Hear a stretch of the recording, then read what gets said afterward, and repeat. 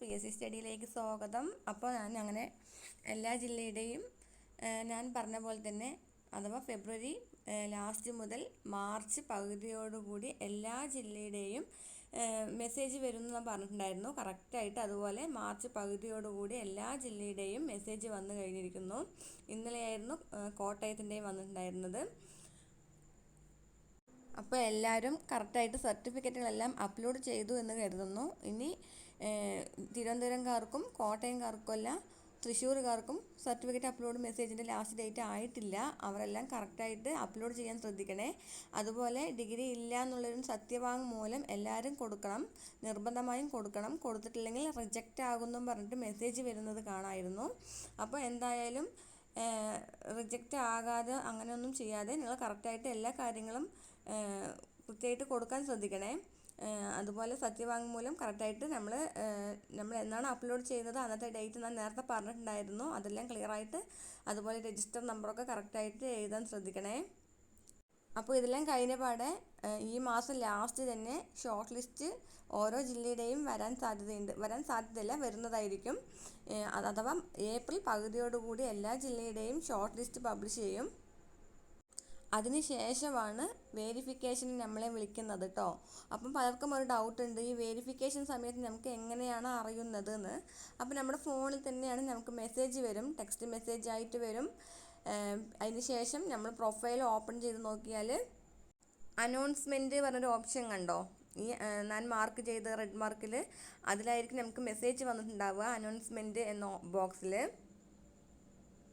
അപ്പോൾ അനൗൺസ്മെൻറ്റ് പറഞ്ഞ ബോക്സിൽ ഇങ്ങനെ ഒരു last grade servants one time verification പറഞ്ഞിട്ട് നമ്മളെ വിളിച്ചിട്ടുണ്ടാകും. ഡേറ്റ് അടക്കം അതിൽ ഉണ്ടാകും കേട്ടോ. അപ്പോൾ നിങ്ങളത് ശ്രദ്ധിച്ചാൽ മതി. അപ്പം ടെക്സ്റ്റ് മെസ്സേജ് വരുമ്പോൾ എല്ലാവർക്കും വരുമ്പോൾ നിങ്ങൾക്കും വരുന്നതായിരിക്കും.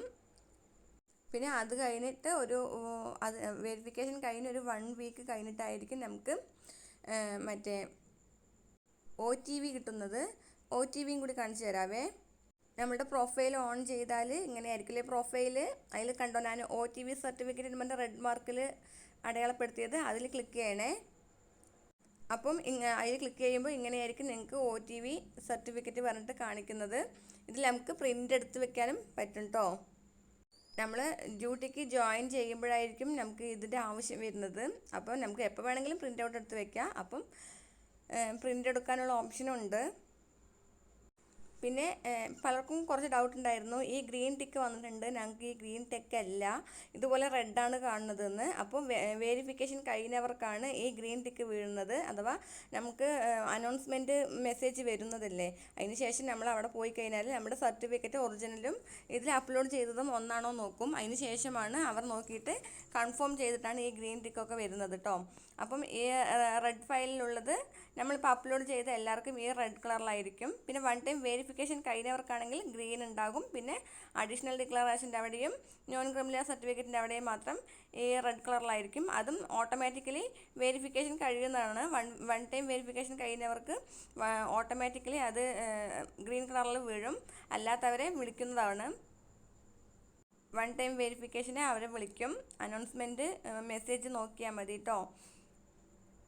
പിന്നെ ഈ മെസ്സേജ് വന്നപ്പം പലർക്കും സന്തോഷം കാണും, പലർക്കും സങ്കടം കാണും. അപ്പോൾ സങ്കടമുള്ളവർ ഇനി അടുത്ത എക്സാമിന് കൂടി പ്രിപ്പയർ ചെയ്യണേ. കമ്പനി ബോർഡ് LGS എല്ലാം വരുന്നുണ്ട്, വമ്പൻ ചാൻസാണ്. അപ്പോൾ അതിന് വരുന്ന് ഇപ്പോഴേ സ്റ്റാർട്ട് ചെയ്താൽ നമുക്ക് ആ ഒരു എക്സാമിൽ നല്ല മാർക്കോടുകൂടി പെട്ടെന്ന് തന്നെ ജോബ് കിട്ടാനുള്ള ചാൻസ് ഉണ്ട്. അപ്പോൾ എല്ലാം മനസ്സിലായി എന്ന് കരുതുന്നു. ഇനി അടുത്ത് നമുക്ക് ഷോർട്ട് ലിസ്റ്റാണ് കേട്ടോ. ഷോർട്ട് ലിസ്റ്റിന് ശേഷമാണ് വെരിഫിക്കേഷന് വിളിക്കുന്നത്. അപ്പോൾ വേറെ എന്തെങ്കിലും ഡൗട്ട് ഉണ്ടെങ്കിൽ കമൻറ്റ് ബോക്സിൽ അറിയിക്കണേ. അപ്പോൾ എൻ്റെ ചാനൽ ഇഷ്ടപ്പെട്ടാൽ ലൈക്ക് ചെയ്യൂ, ഷെയർ ചെയ്യൂ, സബ്സ്ക്രൈബ് ചെയ്യൂ. താങ്ക്